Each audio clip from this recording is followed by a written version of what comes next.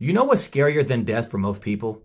Public speaking. I'm sure you heard the Jerry Seinfeld joke that if you're at a funeral, you would probably much rather be in the casket than doing the eulogy because that's how deep that fear of public speaking goes. Now, I'm no different than most people, and this used to manifest for me when actually thinking about contacting people to strum up some deals for land investing. Every time I think about getting on the phone with people or sending out a mailer because they can call me up, I'm just like, oh my God, it's going to be so annoying or time consuming, or they're going to say no, or, just you fill in the blank with some kind of negative thought. Now, of course, when you think about work you don't want to do, you're going to procrastinate. Think about that for a second. And when you're procrastinating, that means you're not getting the deals that's making you the money that's making this whole thing worthwhile. Now, after a while, you kind of realize that don't talk to strangers thing you learned as a kid isn't serving you as an adult. So I decided, you know what? Let's do something about that. So I started to reward myself every time I actually had those conversations.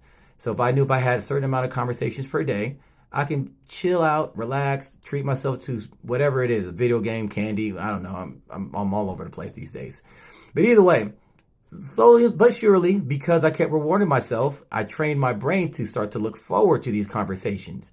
Not to mention that when I thought about conversations in the past and in the present, they've always been pleasant. They've always been nice. Most people are very friendly, even if you don't agree with them, they don't want to sell you their property. They're not going to be mean. A couple of people will tell you to F off a few times, but that really doesn't bother me personally. And it doesn't happen enough for me to actually think about it that much.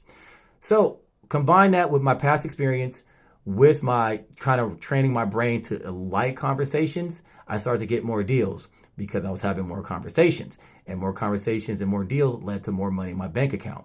So if you're not having that many conversations and you're not having that many deals, well, maybe it's time to change things up. If you need help getting over your fear of public speaking, or in this case, talking to prospects, negotiating, and actually giving your value and what you bring to the table as a land investor, hit me up. I'll be glad to give you the techniques that I've done, not just the mental part, but the actual things to say and how to say it to get you the deals that you're looking for.